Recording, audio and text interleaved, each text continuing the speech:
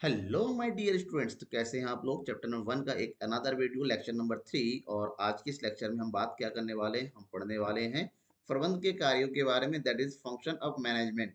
प्रबंध कौन कौन से कार्य करती है उसकी एक्चुअली में उसका हमने इसके स्कोप देख लिया, हमने इसकी मीनिंग दिया, इंपॉर्टेंस देख ली, उद्देश्य देख लिए, लेकिन प्रबंध आखिर करती क्या है, उसका क्या काम है बिजनेस को आगे बढ़ाने के लिए, बिजनेस के उद्देश्य के लिए प्रबंध को करना क्या क्या पड़ता है। इन सब चीजों के बारे में आज की इस क्लास में डिस्कस करेंगे। वैसे तो प्रबंध के कार्य बेसिक कार्य है, लेकिन अलग अलग जो विद्वानों ने जो है अपने हिसाब से प्रबंध के कार्य को कई तरीके से बताया। किसी ने 5 कार्य बताए, किसी ने 6 कार्य बताए। तो उसी के बारे में बात करेंगे, प्रबंध के कार्य एक्चुअली में है क्या और कौन कौन से शासनिक के अकॉर्डिंग कौन कौन से और बेसिक कार्य कौन कौन से जिसके बारे में हमें पढ़ना है।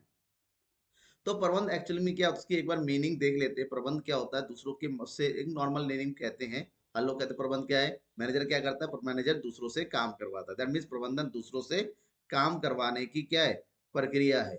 लक्ष्यों को पूरा करने के लिए प्रबंधकों द्वारा किए गए कार्यों के एक सेट, इस प्रक्रिया की पहचान की जाती है।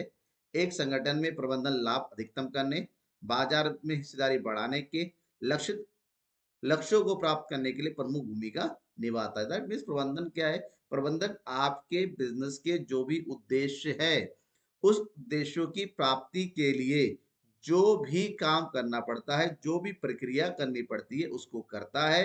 प्रबंधन का मुख्य उद्देश्य संगठनात्मक संसाधनों को, संसाधन मतलब जानते हैं ना,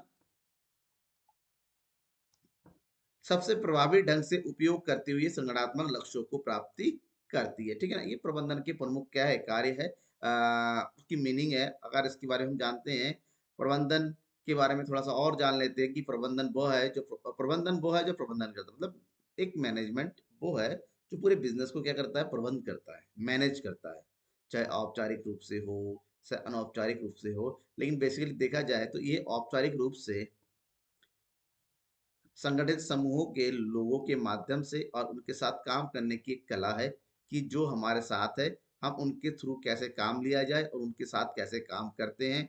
कुछ उद्देश्यों लक्ष्यों को प्राप्त करने के लिए एक संगठन का प्रबंधन करते हैं। जो भी संगठन के उद्देश्य है, लक्ष्य, उसको प्राप्त करने के लिए कार्य करते हैं।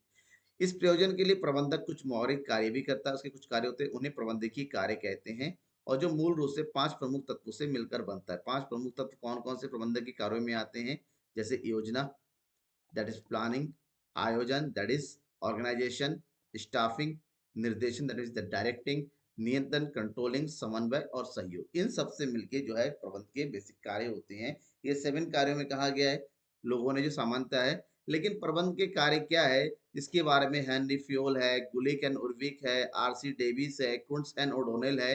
इनके द्वारा अलग अलग प्रकार से वर्गीकृत किया है, जिसको एक कॉमन वे बताया गया 7। लेकिन अब हम ये जानेंगे कि अलग अलग जो है विद्वानों ने प्रबंधन के कार्य के बारे में क्या क्या बताया। अगर प्रबंधन की कार्य की बात करें, सबसे पहले हम बात करते हैं हेनरी फ्योल के बारे में।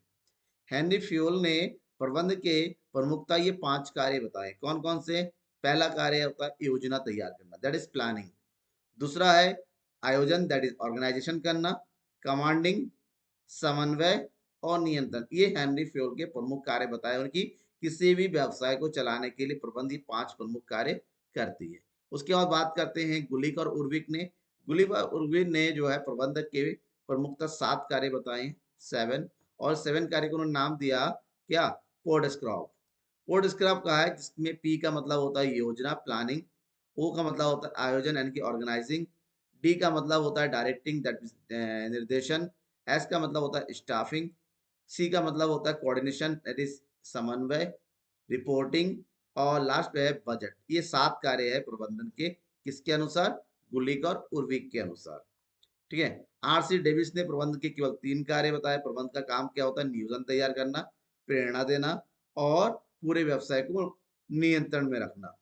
जी आर टेरी ने प्रबंधन के 4 प्रमुख कार्य बताए हैं, योजना, आयोजन, सक्रिय करना और नियंत्रित करना। ठीक है। इसके अलावा कुंट्स और डोनेल ने क्या कहा था, कुंट्स और डोनेल ने प्रबंध को 5 प्रमुख वर्गों में बांटा है, 5 कार्य बताए, जिसमें क्या कौन से, नियोजन आता है, आयोजन आता है, स्टाफिंग, नियोजन का मतलब समझ में आ रहा है, प्लानिंग, आयोजन मतलब ऑर्गेनाइजिंग, स्टाफिंग निर्देशन और नियंत्रण।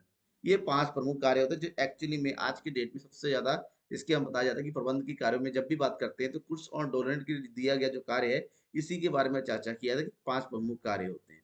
ठीक है ना? इस प्रकार जो कुंड कहा था उसी के अकॉर्डिंग प्रबंध के कार्य को वर्गीकृत किया जाए। प्रबंध के 5 प्रमुख कार्य हैं, योजना बनाना, आयोजन करना, स्टाफिंग करना, निर्देशन करना और नियंत्रण करना। ये 5 प्रमुख कार्यों के बारे में मैं आपको बताऊँगा डिटेल से, क्योंकि इसके बारे में एग्ज़ाम में पूछा था। बेसिकली वैसे तो कार्य बहुत सारे अलग-अलग विद्वानों ने अलग-अलग बताया, लेकिन जब भी आपसे कहा जाए कि प्रबंध के प्रमुख कार्य कौन-कौन से हैं, तो आप इन 5 कार्यों की बताइए। सबसे पहले योजना तैयार किया जाता है। योजना योजना मतलब हमें व्यवसाय को चलाने के लिए क्या काम करना होता है, पूरे प्लानिंग तैयार करनी, जैसे आपकी प्लानिंग तैयार है उस प्लानिंग के अकॉर्डिंग पूरे बिजनेस को ऑर्गेनाइज किया जाता है, ठीक है ना? एक ऑर्गेनाइजेशन तैयार किया जाता है, संगठन तैयार किया जाता है और संगठन जिनको जो कार्य करना होता है उन कार्यों के लिए लोगों को भर्ती की जाती है, स्टाफिंग की जाती है, क्योंकि बिना लोगों के, बिना एम्प्लॉय के व्यवसाय चल नहीं सकता। अब जो लोग आ जाते हैं उनको निर्देशित करना होता है, उनको ट्रेनिंग देना होता है, उनको मोटिवेट करना होता है, ठीक है ना? उनको कोऑर्डिनेट करना होता है, ये सब निर्देशन में होता है। और सब कुछ होने के बाद जब सब लोग अपना काम करने लगते हैं, फिर हम नियंत्रित क्रिया में आ जाते हैं, कंट्रोलिंग में, कि एक्चुअल में हमारा काम परफॉर्म हो रहा है या नहीं है। जो हमने प्लान किया था उसके अकॉर्डिंग हमारा काम सही से चल रहा है। इन सब चीज़ों को पॉइंट टू पॉइंट देखते हैं। तो ये शुरू से लेके लास्ट तक चलती रहती है। इसलिए प्रबंधन को हम प्रक्रिया कहते हैं, एक सतत प्रक्रिया, जो जब तक बिज़नेस है तब तक प्रबंधन भी चलता रहता है। चलिए इनके बारे में थोड़ा-थोड़ा हम डिटेल से जानते हैं। सबसे पहले हम योजना के बारे में पढ़ते हैं कि योजना क्या है? योजना या नियोजन या प्लानिंग ये सब एक ही चीज है। प्लानिंग को इंग्लिश में बोलते हैं और हिंदी में योजना या नियोजन के नाम से इसको जानते हैं।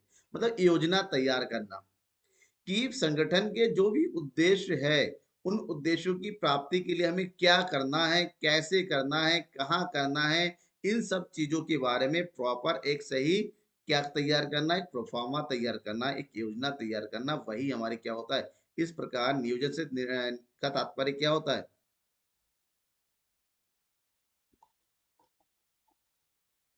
नियोजन का तात्पर्य होता है निर्णय लेना से कि क्या किया जाना है, कैसे किया जाना है, कब किया जाना है और किसके द्वारा किया जाना है। ये हमारा नियोजन की प्रक्रिया के अंतर्गत किया जाता है। नियोजन उद्देश्यों को कुशलतापूर्वक प्रभावी ढंग से प्राप्त करने के लिए मदद करता है, क्योंकि जितनी अच्छी योजना हम बनाए, मान लीजिए हमें कहीं घूमने जाना है, तो घूमने जाना है, कहाँ घूमने जाना है, कैसे जाएंगे, वहां जाके क्या करना है, कहाँ ठहरेंगे, इसके बारे में हमें पहले से सोचना पड़ेगा। ये नहीं कि उठाया बैग और निकल गए घूमने, ये पॉसिबल नहीं होता है। इससे आपकी जो पूरी ट्रिप खराब हो सकती है, इसलिए पहले से आपको हर एक चीज की व्यवस्था करनी पड़ेगी। एक प्लान बनाना पड़ेगा एक्चुअली में आप ट्रिप कैसे करेंगे। तो नियोजन भी व्यवसाय के लिए वही काम करती है कि किसी काम को कैसे किया जाए, कौन सा काम किया जाए, कब किया जाएगा, कौन व्यक्ति कौन सा कार्य कर रहा है, इन सब के बारे में डिटेल से पहले समझा परखा जाता है। दैट मीन्स नियोजन क्या है? नियोजन उद्देश्य और रणनीतियों, नीतियों और कार्यक्रमों को प्राप्त करने के लिए प्रक्रियाओं को चयन करना शामिल होता है। ये एक तमाम प्रक्रिया है जहां पर हम पूरे काम को प्लान बना के करते हैं।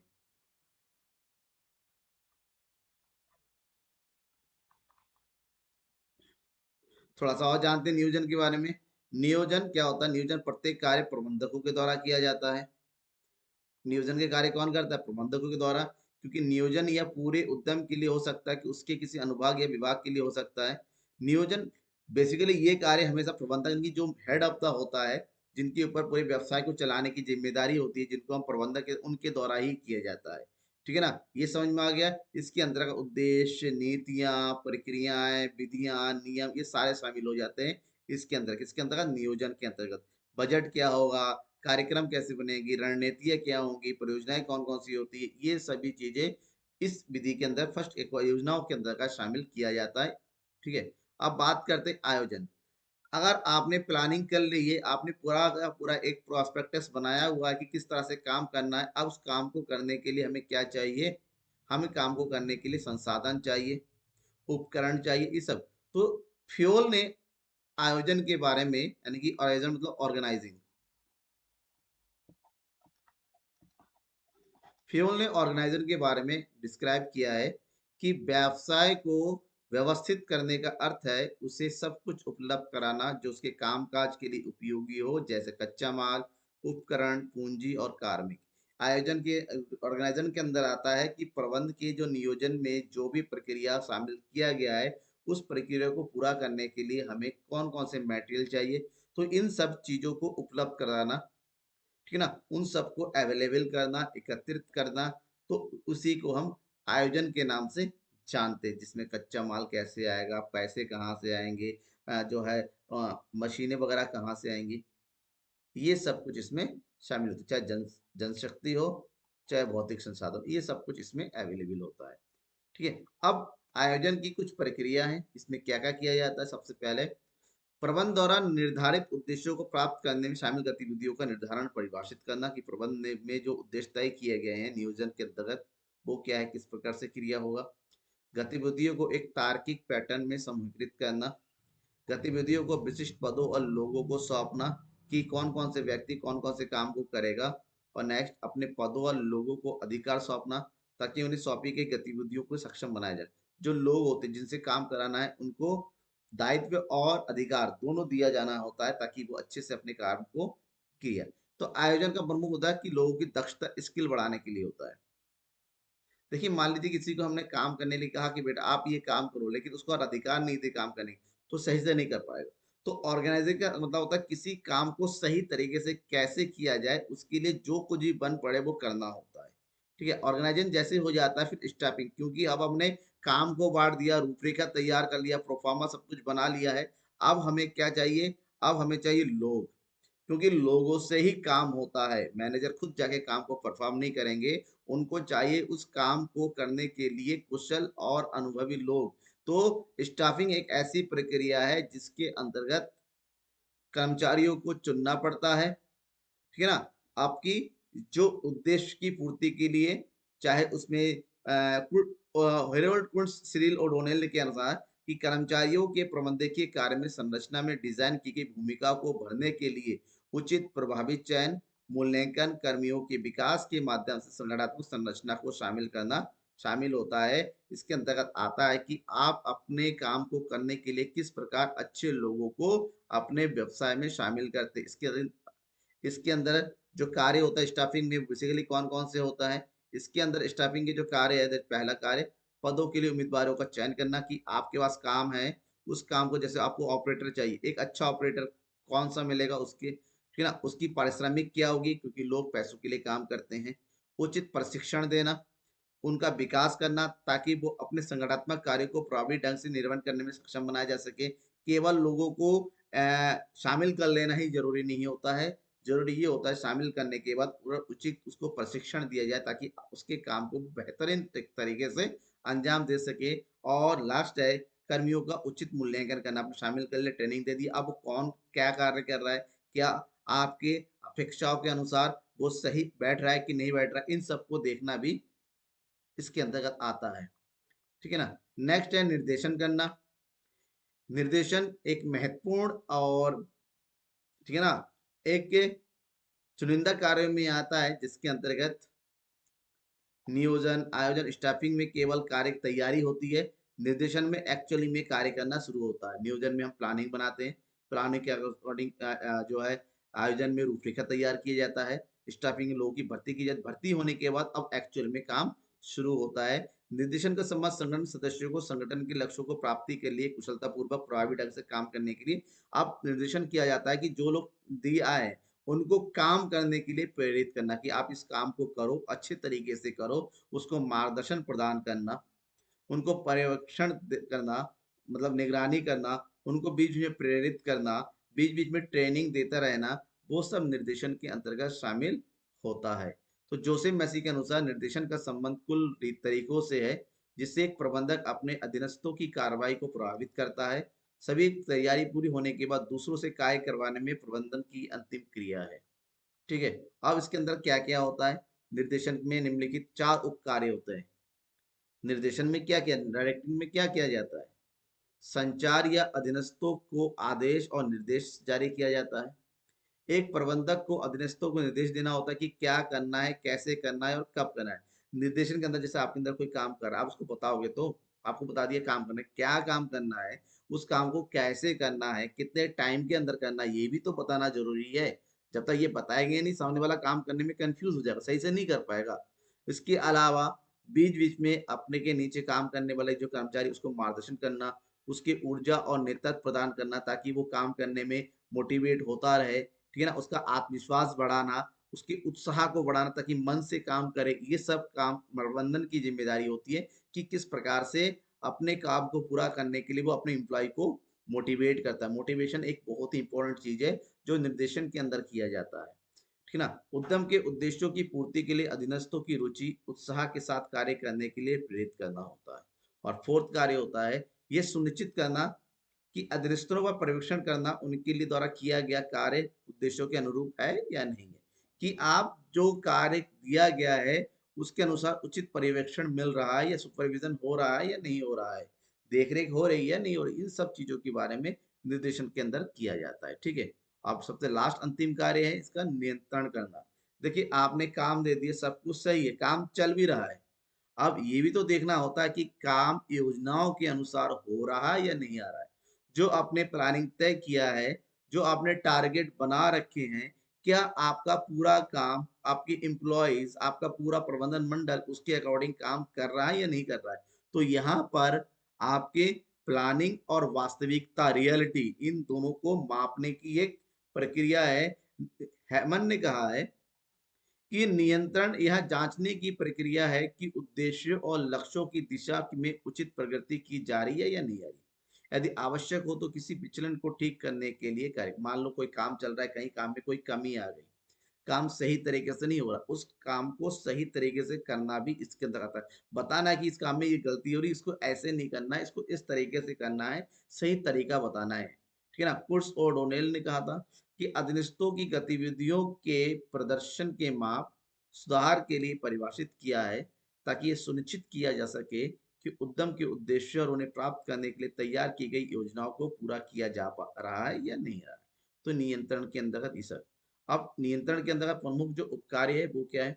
सबसे पहले कार्य प्रदर्शन को मापने के लिए मानक निर्धारित करना कि लोगों के कार्य को किस तरह से हम जो है मापेंगे, पर्यवेक्षण करेंगे।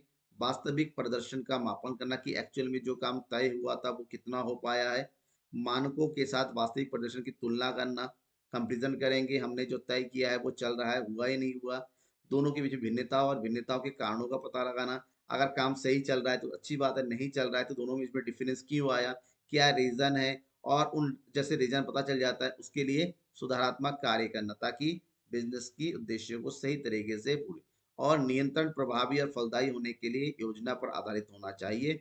विचलन का पता लगाने और विचलन को दूर करने की कार्रवाई। केवल आपने प्लानिंग बना लिया, सब कुछ बोल इतना नहीं है उस, ये नियंत्रण सबसे इंपॉर्टेंट इसलिए आ जाता है क्योंकि ये एक्चुअल काम को बताता है कि आपका काम कितना चल रहा है, कितना हो पाया है, गलतियां कितनी हुई है, गलतियों को कितना सुधारा गया है। इन सब को देखने के बाद ही एक्चुअली में प्रबंधन का काम धरातल रूप में होता है और प्रोडक्टिविटी सही वे में आती है, उद्देश्यों की पूर्ति तभी हो पाएगी, ठीक है ना। तो ये प्रमुख कार्य होते हैं प्रबंधन के, ये 5 जिनको स्टेप टू स्टेप करना होता है। कैसी लगी आपको वीडियो, क्या ये कॉन्सेप्ट समझ में आया, कोई डाउट तो नहीं रह गया, डाउट रह गया तो कौन सा डाउट है अभी भी आपको समझने के लिए जरूर बताइएगा, कमेंट बॉक्स का इंतजार जो इस्तेमाल कीजिएगा। और मुझे इंतजार रहेगा कि आप कुछ क्वेश्चंस पूछें, अच्छा लगेगा मुझे, ठीक है। तब तक के लिए बाय, नेक्स्ट वीडियो का इंतजार कीजिए, डेली वीडियोस आपको मिलती रहेंगी इकोनॉमिक्स, अकाउंट और बिजनेस के लिए। Thank you and bye.